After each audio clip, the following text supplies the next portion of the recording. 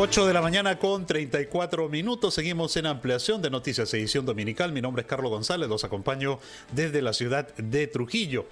El Pleno del Congreso finalmente no ha llegado a un acuerdo para aprobar el proyecto de ley que modifique el Código Penal e incorpora el delito denominado de terrorismo urbano, ¿no? Y que ha sido planteado con el objetivo de enfrentar y de neutralizar el avance de la criminalidad en nuestro país. Vamos a conocer qué es lo que ha sucedido, pero también vamos a tratar de entender mejor de qué se trata el terrorismo urbano, ¿no? Esta propuesta que se ha visto truncada en el Congreso de la República. Y para eso ya estamos con Marisol Perestello, abogada y exministra de Justicia. Doctora Perestello, muy buenos días, bienvenida a RPP. ¿Cómo está, Carlos? Muy buenos días.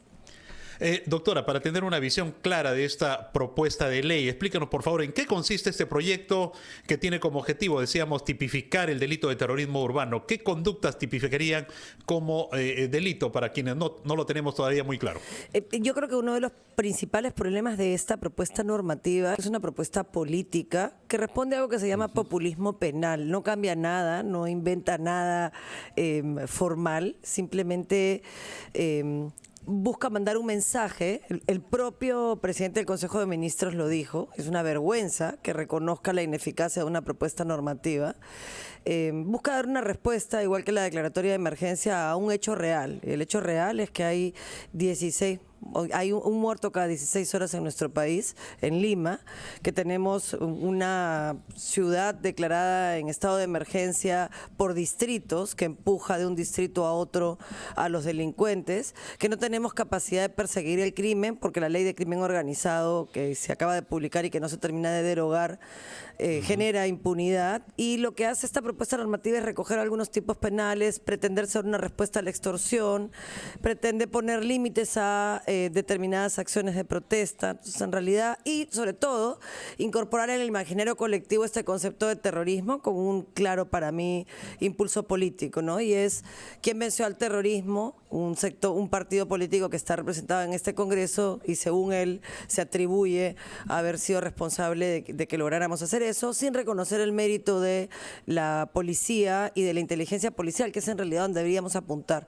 Claro, con 23 ministros en 6 años, 6 presidentes, ningún plan de lucha contra la inseguridad ciudadana, lo que estás haciendo es parchar permanentemente y generar inseguridad a lo largo y ancho de nuestro país. Lo que es una pena, Carlos, no te lo tengo que explicar a ti que estás en Trujillo y que sufres por supuesto, lo que esto claro significa, que sí. ¿no? Ajá. Ahora, entonces, combatir de manera efectiva la delincuencia y el crimen no es un tema de actualizar el marco legal. Entonces, ¿por dónde van para usted las alternativas de solución? Bueno, a ver, primero, no solamente no actualizan el marco legal, porque, bueno, fuera que lo estuvieran actualizando, no, le quitan garra. O sea, lo que ya existía, que era la ley de organizaciones criminales para perseguir organizaciones criminales, criminalidad organizada y criminalidad organizada transnacional en el marco de la Convención de Palermo, que te describe cómo es que operan, digamos, cruzando fronteras y qué herramientas necesitas.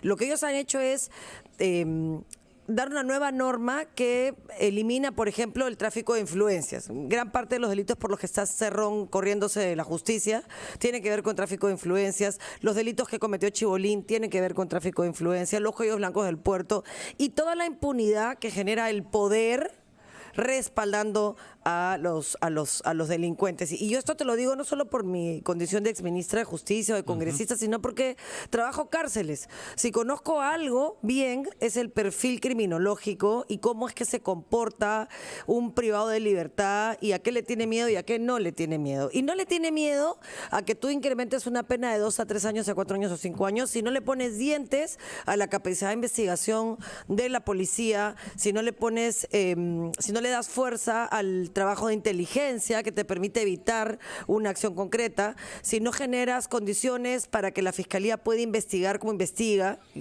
no como investiga, sino, digamos, por ejemplo, con acceso a RENIE, con acceso a biométricos y con otros mecanismos que no hay, si no tienes un sistema penitenciario que de verdad de verdad, pueda hacer resocialización, pero también pueda ser un espacio donde ellos trabajen y donde pueda haber un monitoreo de su conducta, donde los bloqueadores surtan efecto y no bloqueen a todos las personas que viven alrededor del penal, que se quedan sin comunicación y que de dentro igual siguen habiendo situaciones irregulares. ¿Qué cosa es lo que haría yo? Bueno, trabajaría en 3 aspectos. Primero, en prevención, porque obviamente hay que evitar comisiones en el futuro. Eso tiene que ver con deserción escolar, tiene que ver con violencia familiar, tiene que ver con condiciones laborales. Trabajaría en persecución de la criminalidad, que para mí es el eje. Y voy a poner un ejemplo que todos conocemos, Carlos. Cuando habían multas en el Callao y efectivamente se ponían, la gente cambiaba su manera de manejar de San Miguel al Callao cuando iba al aeropuerto. No sé si cualquiera lo recuerda, cualquiera que cruzaba de San Miguel al Callao sabe que le teníamos temor a que nos pusieran una multa. Ni siquiera sabíamos el monto de la multa, pero sabías que cruzando te ponían la multa. O sea, la certeza de que te van a sancionar si tienes una conducta u otra conducta que no debes tener es lo que te disuade. Obviamente debería disuadirte simplemente, que es lo correcto, pero para un delincuente el temor es que de verdad te impongan una sanción. Pero si hay un sinvergüenza que porque es el dueño de un partido tiene un año corriéndose de la acción de la justicia, ¿cuál es el mensaje al país? El mensaje al país es: haz lo que te da la gana, que si tienes el poder para que no te pase nada, tranquilo, sigue con tu vida, que no te va a pasar absolutamente nada. La presidenta no va a decir si te subiste o no te subiste a su carro, el ministro del Interior no va a responder por los muertos y todos vamos a estar, y mucho menos, ni este ministro ni los anteriores, estoy hablando de los muertos de Ayacucho y de Puno, ¿no? Es muy duro, Carlos, pero si no hay mano firme, lo que está pasando en el fondo es que la gente que comete delitos se ríe de todos estos cambios penales, rimbombantes, terrorismo urbano, confundes esto con el terrorismo verdadero, y eso en realidad es muy complicado porque sí hay un enemigo del país que es el terrorismo, pero nos referimos a Sendero Luminoso, ¿no? ¿Usted cree que hay una voluntad de encubrimiento por parte del Ejecutivo con Vladimir Cerrón? Pero por supuesto. O sea, no nos olvidemos que Vladimir Cerrón iba a ser el vicepresidente de Castillo, junto con la señora Dina Boluarte. O sea, en este momento el siguiente de la señora Boluarte sería Cerrón. Y si Cerrón está en la circunstancia en la que está, es por delitos concretos, ¿no? Hay 2 casos en los cuales yo tuve una intervención directa, que es el caso Antalsis y el caso Puente Comuneros, porque se investigaron en el marco de la investigación contra Marín Belaún del Ocio, no sé si lo recuerdan en ese momento. Sí, sí. Eso terminó comprometiendo a Tito Acurio, que era gobernador regional del Cusco, y a Vladimir Cerrón, que era gobernador regional de Junín, y también a la ex primera dama. Todo esto en el marco del caso de Antalsis, que era una empresa española que compró a todo el mundo, vendió a todo el mundo, y la construcción de un puente, que es el Puente Comuneros, que era como una mesa en la mitad del río, no tenía conexión a los lados. Entonces tú decías: oye, ¿qué es esto, no?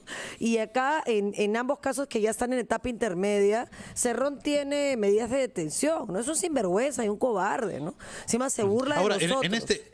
En este escenario de protección a Vladimir Cerrón, como lo plantea usted, ¿qué papel estaría jugando el ministro del Interior como parte operativa?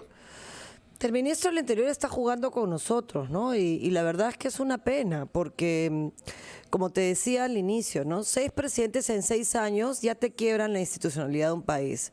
Si a eso le sumas 23 ministros del Interior en el mismo periodo, entonces lo que hay es una inseguridad manifiesta por incapacidad. O sea, no sé si han leído, y les pido por favor que le hagan seguimiento al dirigente de los transportistas, que han parado el 26 de septiembre y han anunciado un paro para el 10 de octubre. Él dice algo muy duro, Carlos, que además en Trujillo se siente en el cotidiano. Él dice: hace 6 años me extorsionan. No dice ayer. La diferencia es que ahora me matan. Hace 6 años sufro la extorsión, pero hoy día me matan. Claro, y repito, un muerto cada 16 horas en Lima. En Trujillo los números son mucho más altos. No es casualidad que el hacinamiento en el penal de Trujillo sea el más alto que hay en el país, o de los más altos que hay en el país. La realidad, Carlos, es que no hay ninguna capacidad de perseguir el crimen organizado. Y la que había la que había, el Congreso se la ha tumbado. Entonces, animar a los transportistas y a quienes están sumándose a estas paralizaciones y a mostrar la fuerza que tiene la ciudadanía, a exigir la derogatoria de la ley. Con una ley como esa, que elimina la persecución del tráfico de influencias, lo que estás haciendo es incentivar a que se escondan debajo del poder. Nos guste o no, hoy la criminalidad organizada tiene tentáculos en el poder político. Y eso es alcalde, que también extorsionan, decía el presidente de la Asociación de Transportistas, no solamente nos matan, sino que no podemos confiar en nuestras autoridades. Y yo quiero rescatar acá a las buenas autoridades, a los buenos policías, a los buenos alcaldes y a los... Que los hay definitivamente, ¿no? Por supuesto que sí, Carlos. Sí. No son la regla, pero los hay. Y hay que respaldarlos y hay que respaldar al sistema de justicia que está tratando de contener esto, ¿no? Hoy el sistema de justicia, la Corte Suprema, algunas fiscalías están intentando que el despropósito de la ley, que para mí fomenta el crimen organizado, no genere más daño que el que ya está generando. No es casualidad que Boluarte, el hermano, que Cerrón, el hermano del que presentó la norma, se estén tratando de acoger a la ley contra el crimen organizado modificada, porque los beneficia, obviamente los beneficia, y eso hay que decírselo a la gente. Si alguien es responsable de que esté pasando lo que está pasando, es este gobierno, es este Congreso, es este ministro del Interior, y es la total incapacidad de, para muestra un botón, capturar a personas como Cerrón, que son cabezas y paraguas político de la delincuencia organizada y del crimen transnacional, que ha tomado territorios completos como Madre de Dios, como sectores de Puno, como toda la zona de Rinconado, en La Pampa, y que lamentablemente, como ahora que están peleando por el control de los olivos, como Trujillo, donde el gobernador regional no se entera. La minería ilegal, por ejemplo. La minería ilegal en Patás. Entonces no se entera el gobernador regional de Trujillo, que tiene sentada gente en el Congreso, el señor Acuña, quiere o pretende repetir lo que está pasando en Trujillo en todo el país. Y en Trujillo, tú lo sabes mejor que yo, lo que hay es cada quien se protege como puede, pues, ¿no? Porque el gobierno no existe, ¿no? Y llama mucho la atención que se insista en los estados de emergencia, ¿no? Acá en la región de la Libertad tenemos ya 17, 18 estados de emergencia continuos. Se sabe que no dan resultado, que son infructuosos, infértiles para luchar contra el crimen, pero se insiste en esto y se hace anuncio como si fuera la gran solución al problema. Me gustaría escuchar su comentario, doctora Perestello, pero nos vamos a ir a una pausa. Sí, claro. Ex ministra de Justicia, la abogada Marisol Perestello, sobre el avance de la criminalidad en el país y la poca efectividad por parte del gobierno en esta lucha contra la ola criminal. Le consultaba, doctora Perestello, respecto a los estados de emergencia. ¿Por qué insistir en estos cuando está claro que hasta el momento no dan resultados? ¿El estado de emergencia en sí, por sí mismo, no funcionan o es que no se saben utilizar para contrarrestar el avance del crimen?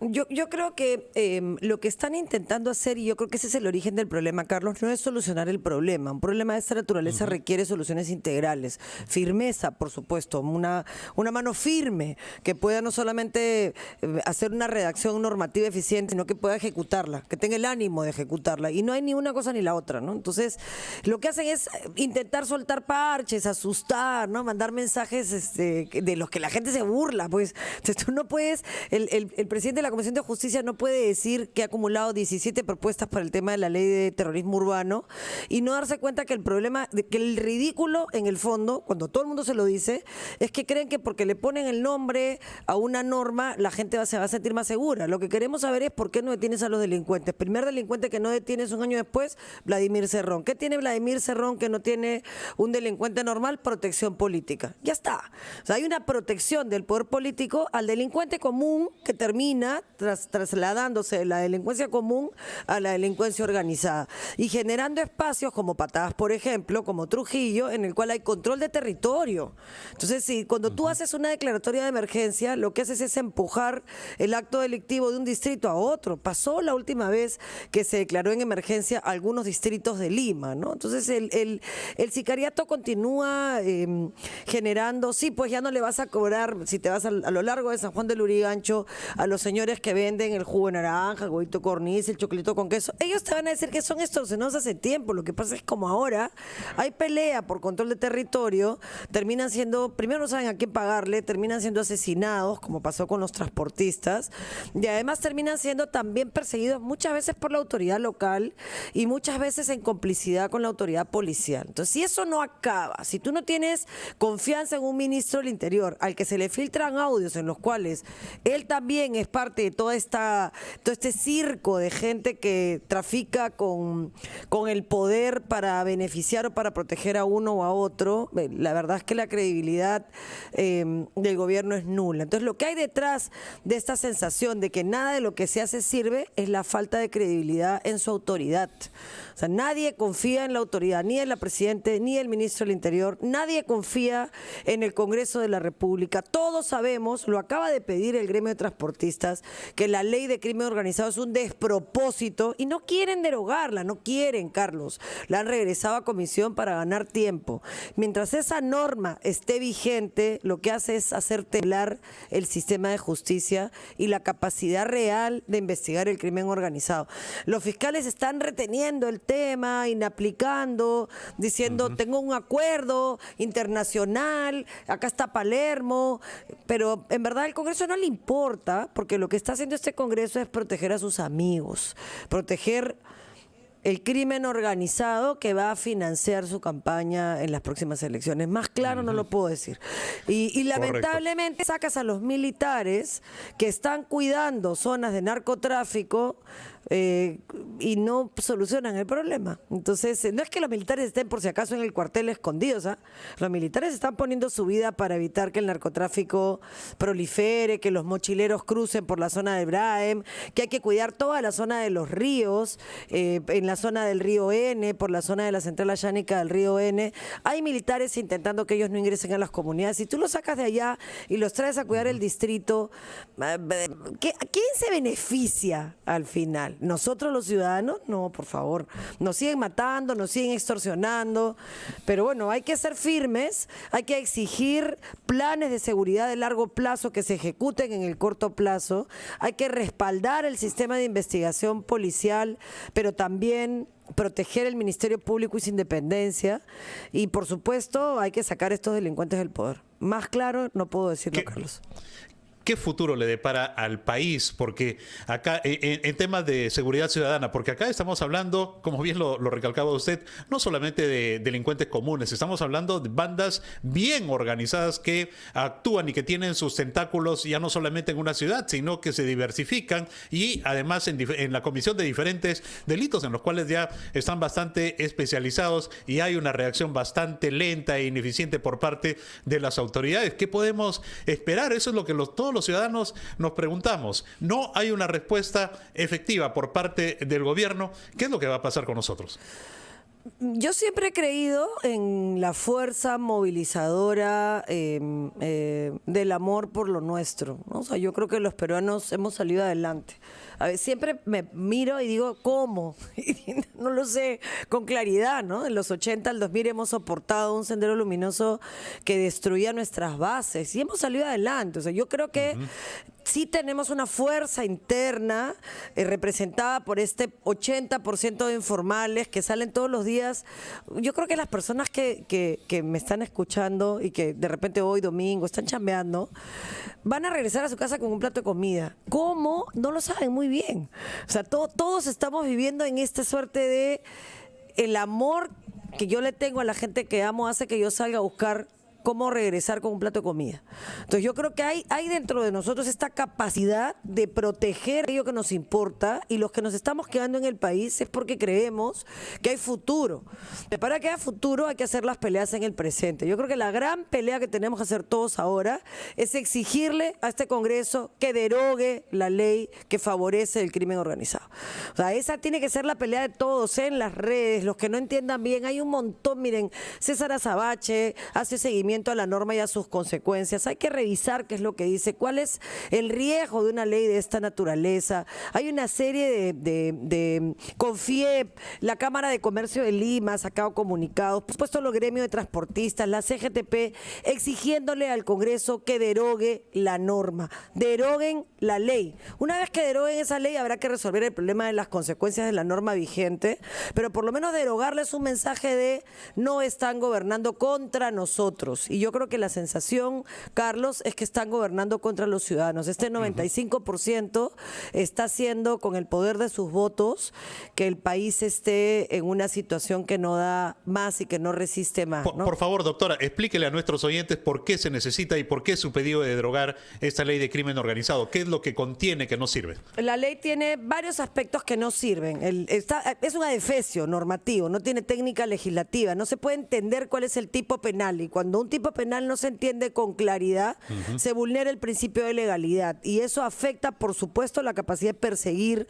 Primero te ponen indefensión a ti como víctima, pero además a un fiscal bueno con ganas de hacer bien su chamba le complica la vida, porque cómo adecuas un tipo penal que es tan poco claro.